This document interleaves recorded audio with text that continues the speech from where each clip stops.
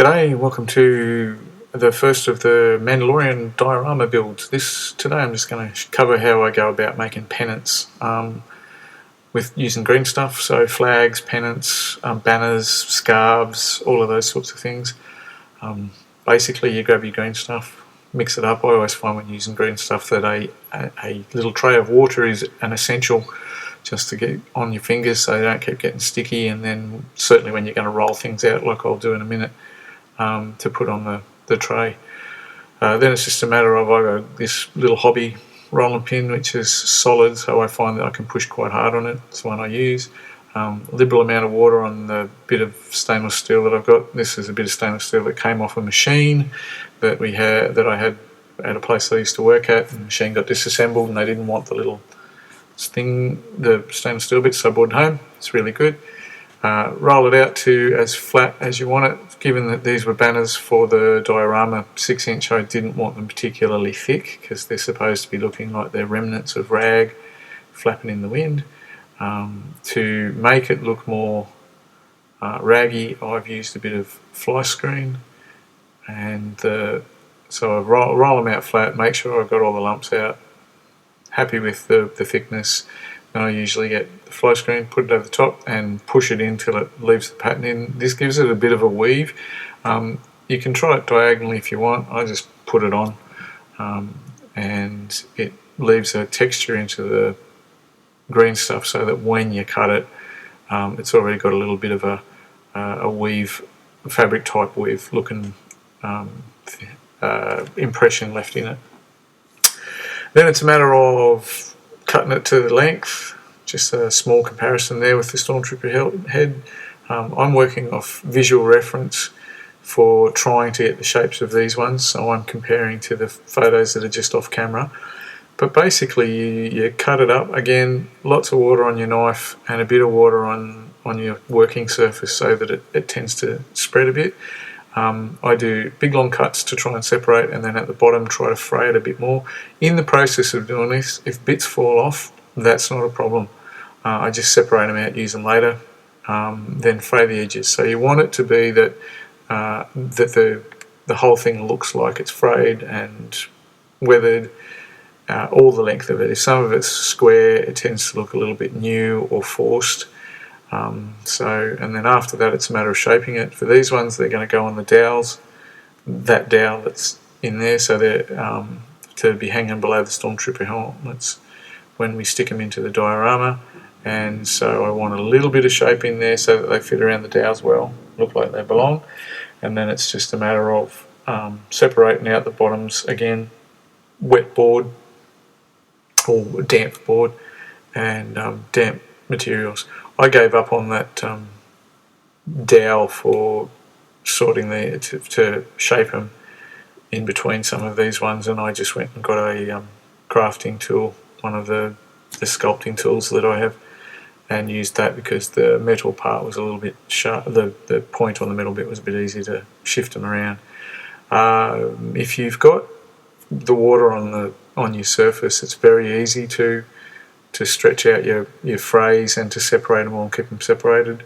And this is just fraying the edges so that it looks like, again, it's tears. It's not real science. You do it till it looks like you want it to look like. Because I'm making a set, I had to try and do like 2 sets for the 2 separate builds. I had to try and do 2 of each that were similar sort of in shape. Again, making a lot of reference to the photos from the Mandalorian, and getting the fray, just putting frays in where it looked frayed, trying to, when I shape them, give them an interesting shape so they hang. I don't want them too fluffing around because they're not in the wind in the pictures. So I do want a little bit of shape in them so that they do look like they're not just bits of green stuff on there, but I don't want them to be flapping in the wind style. There's some photos at the end of this video from other things that I've done, and there's one that's on a rune priest from a Warhammer Space Wolf, and the idea of that one was that he was conjuring up lots and lots of a storm and lightning and all that sort of thing. So his are quite dynamic and they're wrapped around, and actually that took a bit of a trick to do because you've got to you're setting them to shape, and when you know that they're going to be hanging vertical, they need to be thick enough to actually support their own weight when they get out there. And I had to wrap them around a cylinder and then shape them on the cylinder and leave them there to dry on a flat surface like this. And because they're mostly hanging in the video, in the diorama and in the picture, I only want just enough movement at the bottom of the frayed bits to give them the impression that they're free flowing and not just one solid bit. But I'm not trying to overdo the frays for this one. So as you can see, the first two got done, similar sort of shapes, next two similar sort of shapes, and then I've counted from all the photos I can get, I think that there's 7 helmets. I've counted shadows on the wall, I've looked at every different angle I could find. I've watched The Mandalorian again for the episode again, which certainly wasn't a hardship, and so now it's just a matter of doing 2 of each kind to try and mimic for 7 helmets. So I've got 14 flags altogether in 2 groups of 7. So it's the same process for each, which is why I sped it up. Gives you an idea. You can make them smaller, you can make them fatter. We'll slow down in a minute for one of the last fat ones, which actually I think was for when I realised I had some left over and I could use them for the pencil toppers, which is at another video.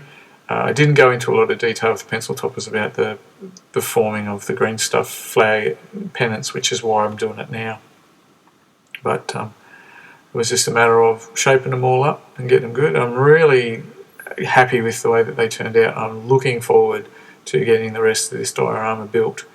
There's a whole lot of pieces ready to go, so it shouldn't be very long before I'm able to do that and start videoing it and giving you something else to look at. But here's the first bit. So that's the pencil topper ones done. This is the last of the pencil toppers. So same sort of deal. They're looking like the first flag from that the Stormtrooper that we know really, really well, the Revenant Stormtrooper, from all the promo material. And I'm trying to make them all similar in the look, but then they have to go around a pencil because they're going to be on the pencil. I want a little bit more shape just so that the pencil stuck up underneath the Stormtrooper helmet well. So that's them all done, and just shaping the edges of it, fraying out the bits that fray. Those little bits that were left over they got stuck into a Stormtrooper head that had a little bit missing because it didn't form properly, and so nothing gets wasted. There you go, that's all them done. Just sitting there for 24 hours waiting to dry, and this was them when they're finished. Coming up is some photos of how I've used things in the past. So this is the same process. That's the way that the Stormtroopers came when they were painted. Again, that's that other video. And there you have the pencil toppers done. This is a land speeder. So you've got the pelts flying and the tartan ribbon hanging off the back of that. Stormwolf gunship. Again, the tartan ribbony thing, same process. And then the Rune Priest. Now this is the one that's got the ribbons going everywhere because you've got a big storm, so you've got to set them around things. And Logan Grimner. Finally, we've got a basic Space Marine. He's got his tartan flying out the back. Now this meat shield thing, my Sunplace Tyranid's also been done as inspired a picture on RedBubble. So just a plug, we've got a RedBubble site if you want to have a look at it. It's called Meat Shield. Thanks for watching. Hope you really enjoyed the process. Anybody that hasn't done it, there you go. Thank you for watching, and I hope you have a really great day.